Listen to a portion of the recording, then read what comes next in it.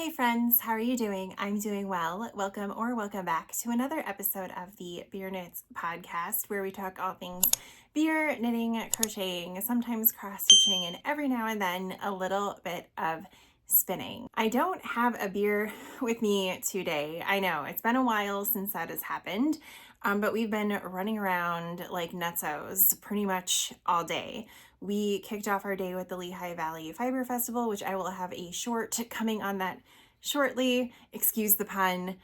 Just showing all of the different booths and artists that were there. It was a lot of yarn and fiber, but also had a lot of other craftsmanships on display. So I'm going to compile all of that into a short video so you can check it out for yourself and also see what I bought while I was there. The one good thing about not having a beer to open up with is that we can just get right into our finished projects. So the first thing I have to show you is this beautiful folded hat by Kay Jones from the Bakery Bears. This is a new pattern from her that is just really fun to make.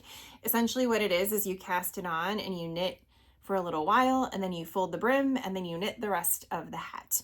To me, it's almost as relaxing as knitting a muscle burrow. So if any of you have knit those before, then you'll know that for the most part, they are really relaxing. But the two downsides to it are the pinhole cast on that you have to do. And it's fine, but it is also a fiddly pain in the tuchus. And you don't stop knitting it. If you're knitting a muscle burrow, you're kind of knitting forever. So this has a similar effect to the muscle burrow without those two cons. And the added effect of this nice folded brim, which I don't know if you can actually see in the video, but it adds an extra layer of thickness without you actually having to fold up the brim, so it'll stay put when you're wearing it, and it won't spin around, unfold itself, things like that. And so you have that extra layer of warmth. I knit this in a Pancake and Lulu yarn from when she was doing the full moon monthly subscription. And I forget which full moon this yarn is, but I'll have it all on my Ravelry. So if you go to my Ravelry, all of the information is there. And my goal with these are to make a bunch of these hats for the men in my family for Christmas. So I knit the large size, of course for men, although it fits me pretty well. It would be a little loose, I suppose, if it were to get wet. And it also comes up relatively high here on me, but Scott tried it on and it looks perfectly fine on him. So these are going to be for all of the men, and then hopefully one of these days I'll be able to knit one for myself as well. But it is so fun. I did this in, I don't know, a matter of days. I went to visit my mom in the nursing home after I had cast this on, spent an afternoon there, got a lot of progress done on it, and suddenly it was done. So you can use a DK weight yarn, but the way that it's written, you hold a fingering weight yarn double. And I was just talking about this today, actually. When you hold the yarn double, it changes the drape a little bit. So it's less stiff, and it just changes it so it's, I don't know how to explain it, but it does change the drape a little bit than if this were a straight DK weight yarn. So that is that. It's very lovely. I can't recommend this pattern enough because, like I said, it is the potato chip knitting that everyone wants from a muscle burrow without all of the pain in the butt parts that you have to get through before you are doing that relaxing potato chip knitting. I don't have a lot to show on it yet, but I have cast on a second one to give as a Christmas gift, and I'm getting close to the point where I will be rolling up for the brim. So you can see somewhere on here, I have my beginning of round marker, and then all of they're little bats from the Lemonade shop that are just really adorable. If my camera wants to focus on them, heaven forbid. So they're little bats, and so I have that as the beginning of round marker, and then the rest of the bats I put at the on the first stitch on the bottom, so I can just easily know where to fold it up. And it sounds like it would be annoying, but it's really not. And this is another Pancake and Lulu New Moon series yarn. Again, I don't remember which one it was, but I really like it. Scott even said that he wasn't able to see it really well when I first showed it to him because it was a little dark, but he really likes it too, and he's not a big yellow fan, but with the blues and the grays and the browns, it's very nice and woodsy even. So I really like that. So these are my 2 folded hats, and I'm working through them really quickly. I have to make 4 or 5 of them, and it's going to be fine. And it's perfect for these single skeins that I have laying around that I don't know what to do with, because as much as I love Pancake and Lulu yarn, these colors are not, they're not in my palette. They're not something I would choose to pick up. So they're really great to use up those single skeins from a subscription that other people will get to enjoy wearing. Like, it's fun to knit with. I enjoy knitting with, you know, these colors and stuff, but it's not something I would wear.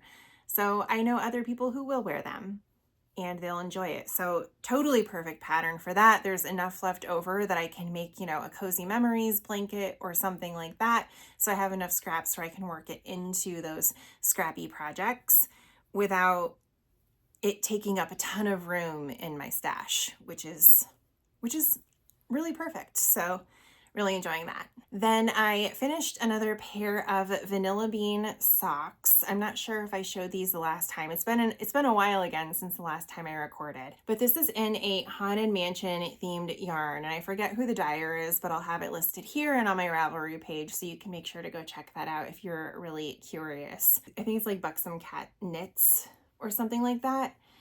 And I really like the vanilla bean sock pattern from Crazy Sock Lady. This is the second pair that I've made of those, and I really liked this colorway. So I think they came out really great too. I did make some adjustments to it so that the top is stretchier. I've been hearing from a lot of people lately that even though the socks that I make fit relatively okay, they are still tight at the top from where I cast on. So I've been making those a little bit stretchier. And really that's it. That's really the only modification that I did. And I now have to make, my mom wants a pair of socks. She's the one who gave me feedback about it being tight, and with her health issues going on, her ankles kind of swell up, then they're not swollen, then they swell up and they're not swollen. So I have to make this type of modification for her as well. And it's not like a major modification or anything like that. So I'll be making her a pair of these that are pink for probably her birthday, maybe Christmas, but we'll see. But she has never wanted me to make socks before, and now she does. So we're gonna figure out what yarn she wants for those, and I might make them in this pattern too, just because it is nice and mindless and quick and really fun. I just used a standard square heel and turn, because I do that on standard socks. And I don't know what else to say about them. They're just basic socks. And if you haven't tried the vanilla bean pattern, definitely do. It's a variation of a broken rib. So really easy to memorize and just have on your needles for those mindless car projects, or when you need a break from everything else that you're working on. These are always great. Let's take a break to announce the final winner of the Handmade Sock Society 6 giveaway on my channel. As some of you know, Helen Stewart reached out to me and offered me 6 giveaway codes to give away throughout the summer for Handmade Sock Society 6, which features a bunch of different sock patterns that are released throughout these months, and it's based on light academia. So they're very beautiful, somewhat intricate patterns inspired by, if dark academia is like kind of spooky gothic library book themes, and this would be kind of the opposite of that. Very light and airy, kind of pastel if you want to give it an aesthetic, and ultimately just very, very beautiful. So this is the last code that we will have. I've had people commenting on posts and videos of mine in the past, and now it is time to announce the last winner. So here we go.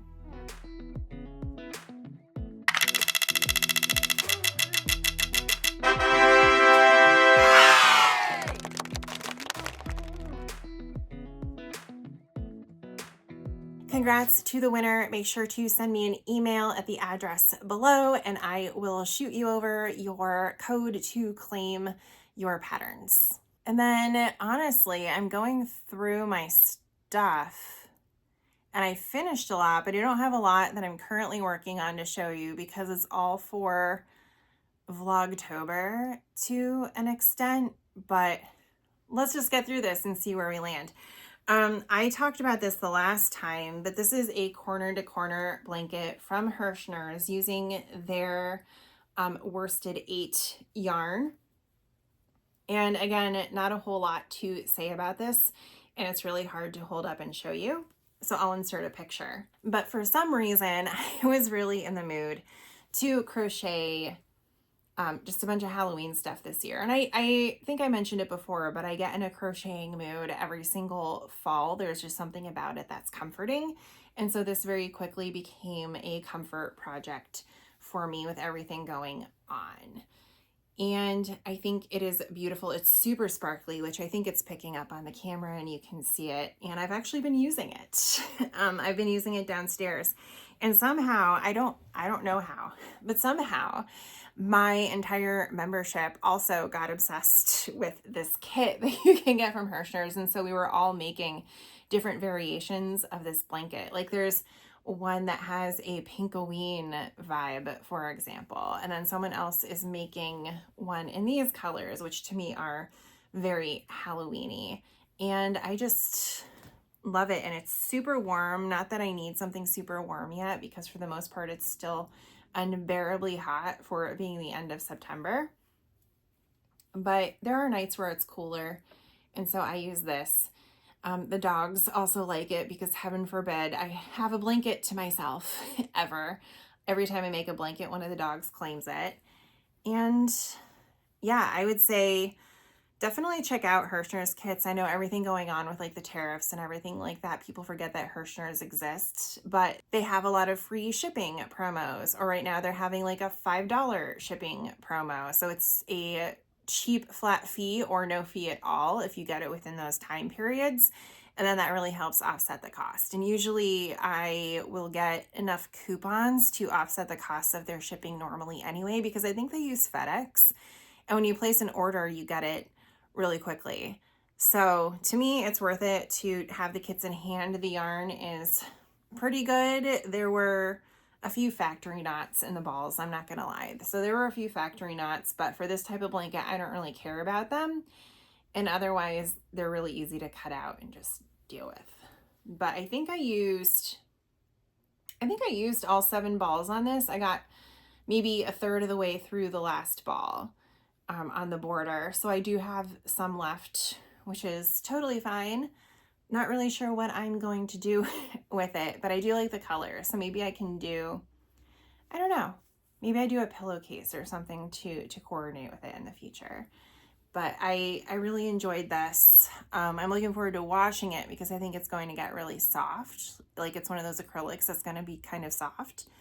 And it was a really fun project. So don't sleep on Hirschner's because they have some good stuff. Last but certainly not least, I have Roland the Ghost. And this is from another Crochet Society box. This is their Glitter and Spice Halloween box for 2025. Yeah, we're in 2025 now. And in that box, you could choose to make either a set of stuffies, plushies, whatever you want to call them, or housewares. What I'm finding as I work my way through the box is that you can kind of mix and match. So I made Roland, but I'm also making some housewares. And I may or may not have yarn to make some more plushies. I think I will, but I definitely got it just so I can make him. And he's so cute. I am going to have a full video of like a crochet with me type video for Vlogtober featuring Roland, so stay tuned for that. But I definitely wanted to show him off. It's that Crochet Society yarn that's very polarizing. Some people love it, some people hate it.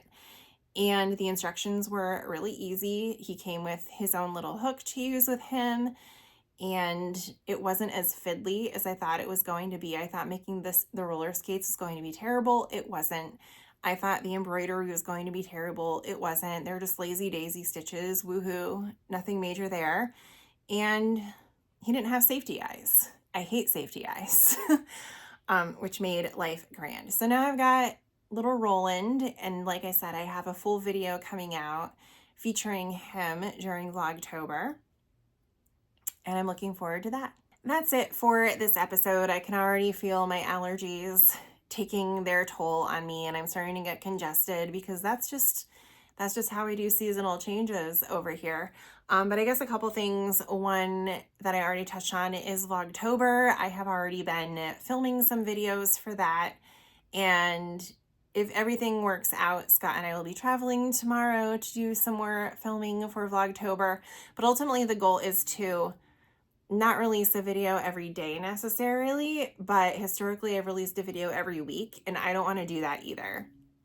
That ended up being a lot of work to vlog every day and then compile it all into a single video. It was taking me hours and hours and hours and hours of editing, and I just don't have that in me this year. So instead, I'm pre-filming a bunch of Halloween themed vignettes, if you will.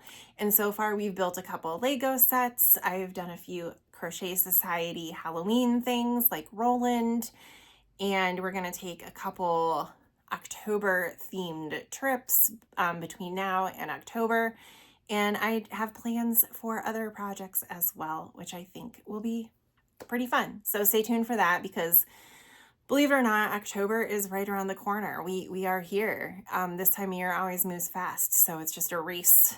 At this point, it's a race to 2026. And finally, I guess as a little update, my mom is doing relatively well, I suppose. Right now, my dad and I are just fighting between Medicare and Medicaid, which any of you who have been through elder care in the past, we have a whole elder care lawyer. I had to go there this week. There's a whole thing with like power of attorney that I have to figure out because my name's going on all this stuff, and my name's going on all stuff for like executor type of things. Like it's really funny because like when you're a kid or when you're younger, I guess it's like, well, who's your backup person? And you always list like your mom and your dad or whatever. Now it's swapped. Like my mom's getting taken care of and her backup person is me. So there's a lot of stuff going on there, but it is getting handled. Like I said, we have a lawyer that's going to take care of us throughout this process. And hopefully that means my dad can relax a little bit and everything will be taken care of throughout the holidays, which is kind of the goal. You know, I want my dad to be able to continue to enjoy his life without having to worry about this type of nonsense. So we're figuring that out. Just wanted to give a little update here, letting you know things are getting better. They're improving. It'll never be perfect. It's never going to go back to the way it was, but we are getting it figured out. It is just a very exhausting and confusing process when you're getting all this information thrown at you, and there's money involved and insurance involved and legal stuff involved and state requirements involved and national requirements involved. It's wild. But like I said, those of you who have had to deal with this, when you're not working, that's kind of all that you're thinking about and doing stuff about. So, but all good. We're going to make it through, and it's a weight off my shoulders. So really happy about that. And like I said, I went to a fiber festival today, which was exactly what I needed. We ran into a bunch of people that we knew, which we weren't expecting to, made some new friends, and I'm looking forward to putting that short video together probably later today. Scott has somewhere to be, so I'm going to focus on that. And yeah, I'm going to go take my contacts out and snort an antihistamine and get to editing this, I guess. But so thank you for joining me again for another episode, and I hope to see you in the next one. And then we're going to be in Vlogtober. Crazy. So I will see you then. Bye.